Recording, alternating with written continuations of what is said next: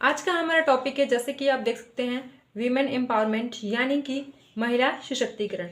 और इससे रिलेटेड अगर कोई डाउट भी है तो वो भी आप हमसे पूछ सकते हैं। अगर आपको वीडियो अच्छी लगती है तो वीडियो को लाइक करें, शेयर करें और चैनल को ज़्यादा से ज़्यादा सब्सक्राइब करें ताकि अच्छी से अच्छी वीडियो जो है हम आप तक पहुँचा सकें।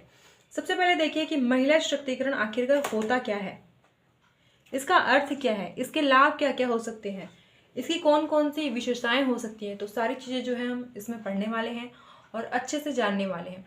जैसे कि आप देख सकते हैं, महिला यानी कि स्त्री, सशक्तिकरण यानी कि सशक्त या फिर मजबूत बनाना है।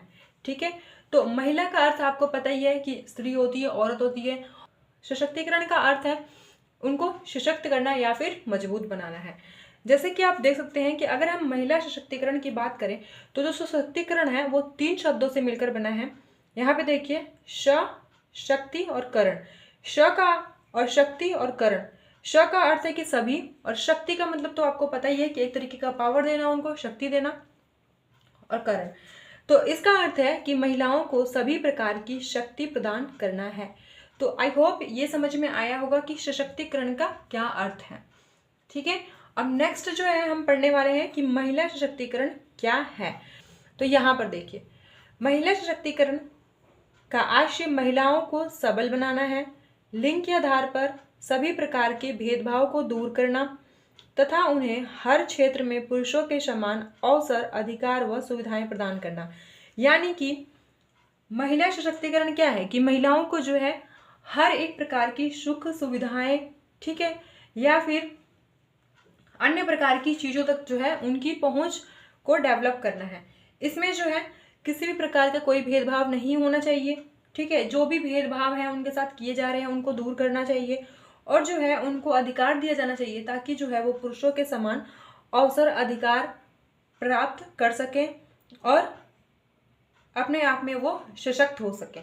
यही अर्थ है महिला सशक्तिकरण का। ठीक है, इसी प्रकार से आप देख सकते हैं नेक्स्ट डेफिनेशन।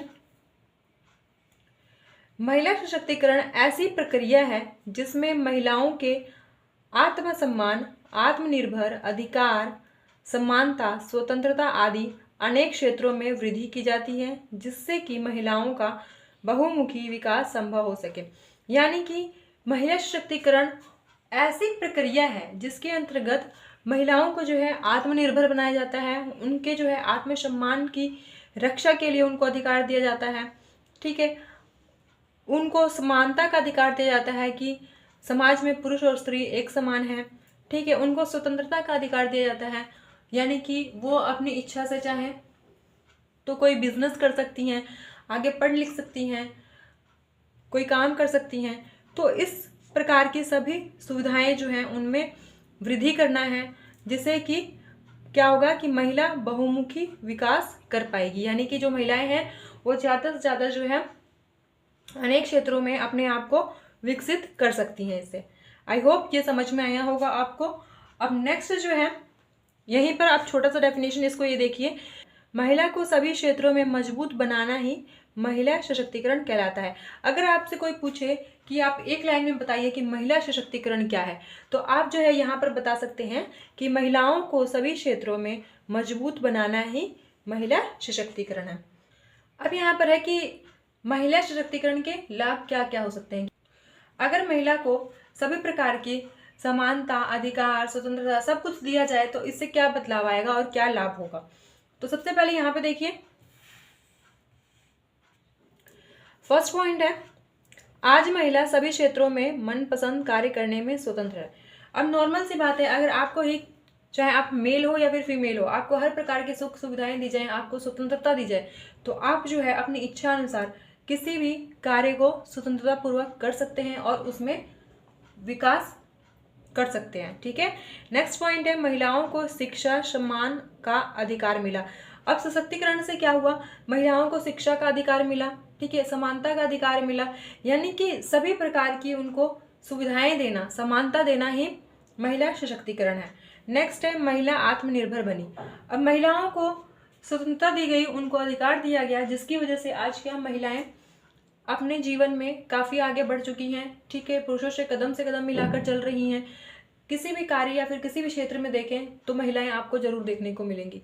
ठीक है, नेक्स्ट देखिए, देश के विभिन्न कार्य क्षेत्रों में महिलाओं की पहचान बनी है, चाहे वो फौज में हो, पुलिस में हो, ठीक है, चाहे IAS की बात हो या फिर किसी भी पोजीशन की बात करें, आजकल जो है महिला हर क्षेत्र में देखने को मिलती है। ठीक है, नेक्स्ट है पुरुष से कंधा मिलाकर चल रही महिला। इसका तो मैंने आपको पहले ही बता दिया। तो ये थे इसके लाभ।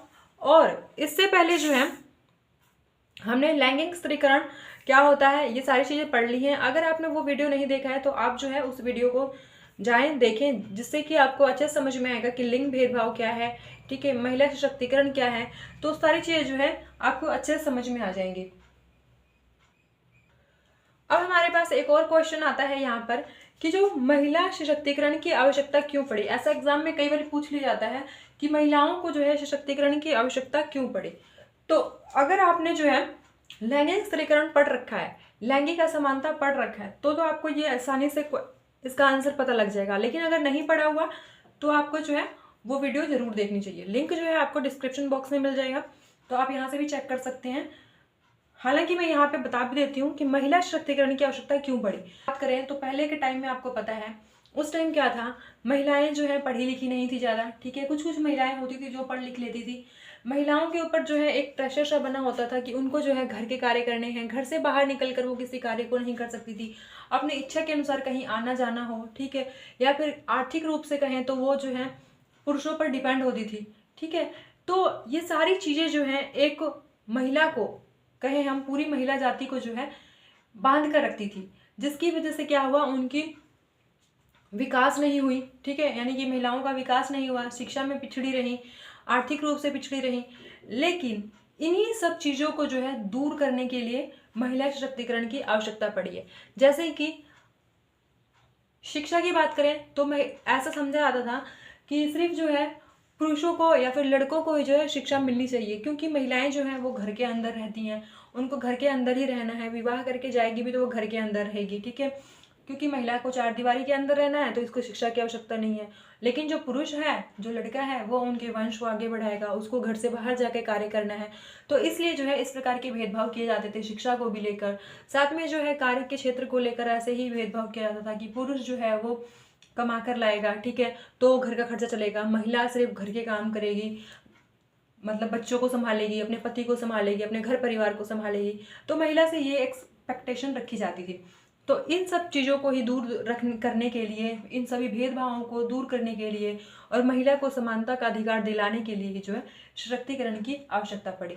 अगर आपने लैंगिक स्त्रीकरण या फिर कहें हम लैंगिक असमानता की वीडियो को अभी तक नहीं देखा है तो प्लीज़ उसको देखिए, जिससे कि जो है आपको महिला सशक्तिकरण टॉपिक भी थोड़ा बहुत वहाँ से क्लियर हो जाता है, काफ़ी क्लियर होता है वहाँ से। और नेक्स्ट आप कौन से टॉपिक के ऊपर वीडियो चाहते हैं तो उससे रिलेटेड वीडियो जो है आपको अपलोड में मिलेंगे। अगला जो हमारा टॉपिक होगा वो होगा हरित क्रांति। तो हरित क्रांति हम इसके बाद पढ़ेंगे कि हरित क्रांति क्या होता है, उसका मीनिंग, डेफिनेशन क्यों किया जाता है, कि किस प्रकार से होता है, सारी चीज़ें पढ़ेंगे। थैंक यू सो मच, मिलते हैं नेक्स्ट वीडियो में।